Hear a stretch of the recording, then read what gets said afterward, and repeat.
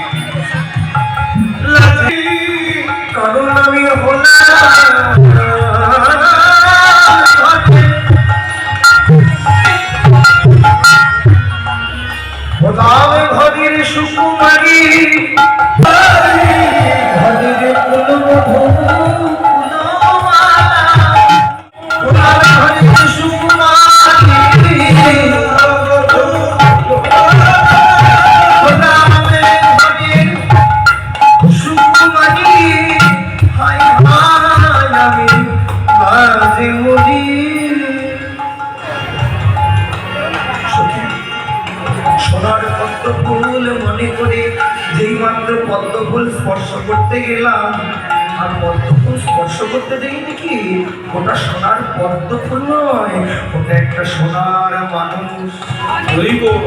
সেই সোনার মানুষ গঙ্গার জলে অবগাহন করছে। তাকে দেখতে কেমন জানিস? বিধাতা না জানি তাকে কত যত্ন করে তৈরি করেছে। তাকে দেখতে কেমন পদকর্তা বর্ণনা করছেন।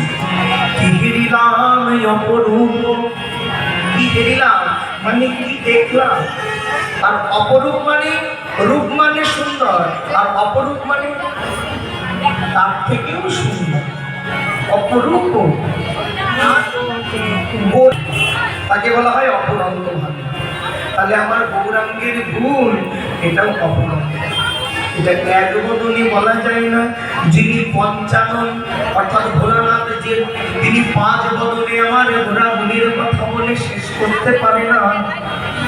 যিনি চতুরানন ব্রহ্মা, যার চারটি বদনে, তিনি ওই আমার গৌরাঙ্গের গুণের কথা বলে ঘুরাইতে পারে না। আর বিধাতা তো আমায় কোটি কোটি বদনে দেয় নাই, দিয়েছে মাত্র একখানি বদন। আমি এক বদনে কতই বলি, কতই বলি। আমি এক বদনে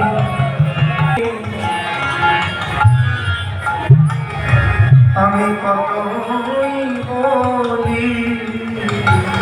আমি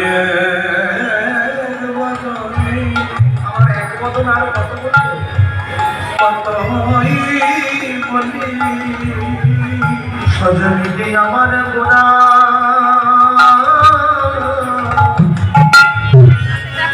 আমার গোড়ার গুণের কথা আমি দেব।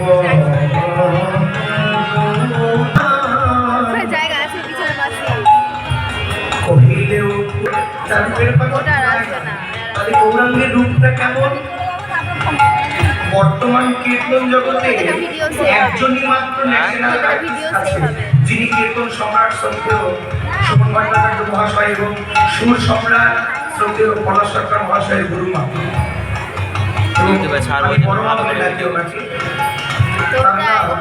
শ্রীমতী সরস্বতী দাস মহাশয়, তিনি একটা খুব সুন্দর মূল্যবান কথা বলেছেন। ভগবানের রূপ বর্ণনা করে শেষ করা যাবে না, তার তুলনাটা কার সঙ্গে দিয়েছেন জানেন? বললেন সমুদ্রের জল যদি কলমের কালি হয় আর গোটা আকাশটা যদি কাগজের পৃষ্ঠা হয়, তবু ভগবানের কথা লিখে শেষ করা যাবে না। সমুদ্রে কত জল আছে মা মাপতে পারবেন? মাপা যাবে? যাবে না। আকাশ কোথা থেকে শুরু কোথায় গিয়ে শেষ কেউ বলতে পারবে? কেউ বলতে পারবো না। আকাশ কোথা থেকে শুরু কোথায় গিয়ে শেষ কেউ বলতে পারবো না। তারপরে সমুদ্রে কত জল আছে এটাও পেতে বলতে পারবো। আর গোটা আকাশটা যদি কাগজের পৃষ্ঠা হয়, তবু গোটা রূপের কথা ফুরাবে। আমি এই বনে সজনীরে কতই বলবো, এই যে কোটি বদনে বলে ফুরাবে না রে। কোটি বদনে ফুরাবে না রে, কোটি বদনে ফুরাবে না রে, একে বদনে বদনে কত বলবো। বিধাতা তৈরি করেছে কেমন করে জানিস? হে দিলাম অপরূপ আমার ওরা আসবে পরে বসবে আগে, এই হয়েছে আমার বাড়িতে দোষ।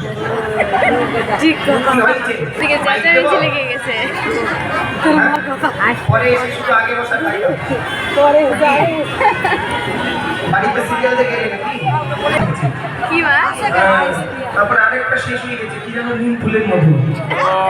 বাবু বাবা বাবু বাবা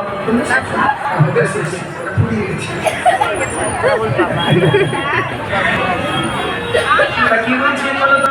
আকাশে আমরা কটা চাঁদ দেখতে পাই? একটা। কিন্তু পদকর্তা বলেছেন কত চাঁদ বিনা। তাহলে এতগুলো চাঁদের ওপর চাঁদ হয়, এটা আমাদের ভৌগোলিক ব্যাখ্যায় জেনে গেলাম যে আকাশে আমরা একটাই চাঁদ দেখতে পাই বা একটাই চাঁদ। একটু শাস্ত্রগ্রন্থ খুলে দেখিতে চলুন। মনে পড়ে প্রথম দিন আমি যখন এখানে কীর্তন করতে এলাম, সকাল 9টা থেকে 12টা কি লীলা গাইছিলাম কেউ বলতে পারবে? কি পালা গাইছিলাম বলতে পারবে? মৃত্তিকা ভক্ষ গোপাল মাটি খেয়েছিল, মনে আছে? মনে না থাকলেও আপনারা সবাই ভাগবতে পড়েছেন মৃত্তিকা ভক্ত, যে গোপাল একদিন মাটি খেয়েছিল, তাই না? এখন বিচার করুন তো, যেদিন গোপাল মাটি খেয়েছিল সেদিন যশোমতী গোপালকে বলছে, নাই গোপাল হা কর। গোপালের হা করছে।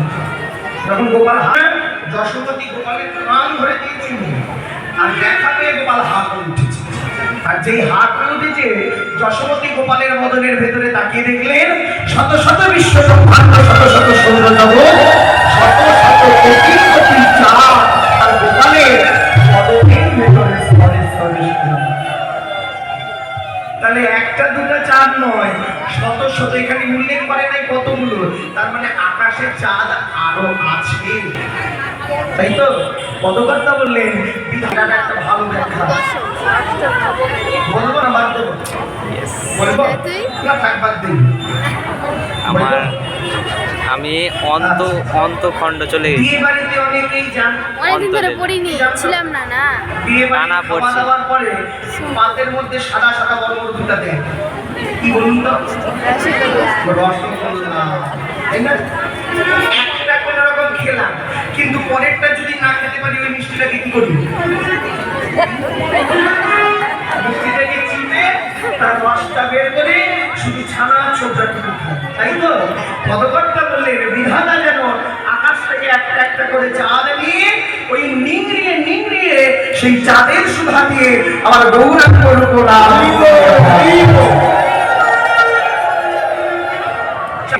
কিন্তু আমার গোড়া চাঁদের কোনো ভয় নাই, লয় না, ভয়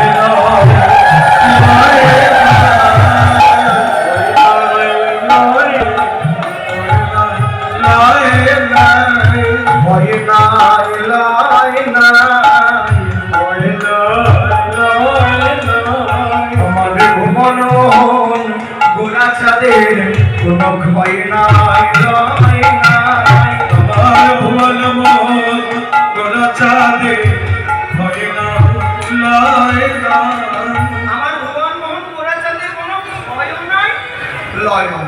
এই একটাই কি তুলনা? আরো তুলনা আছে কি গগনের চাঁদ সব জায়গায় আলো দিতে পারে না আর সব জায়গায় আলো দিতে পারলেও ঘরের কোণে বনের করে আর মানুষের মনের কোণে আলো দিতে পারে না কিন্তু আমার গৌরাঙ্গ চাঁদ যেখানে উদয় হইব ভক্তের ভিতর বাহির আলো করে আলো করে ভক্তের ভিতর বাহির আলো করে গৌরাঙ্গ চাঁদ উদয় হলে তার কোনো আধার রাখে না গো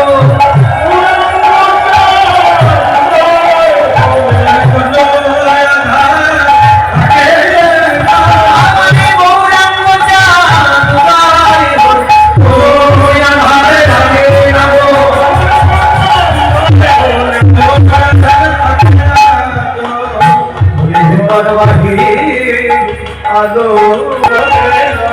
বলি রাত্রি দিনে উদয় হইব বিনা ভেদ করে না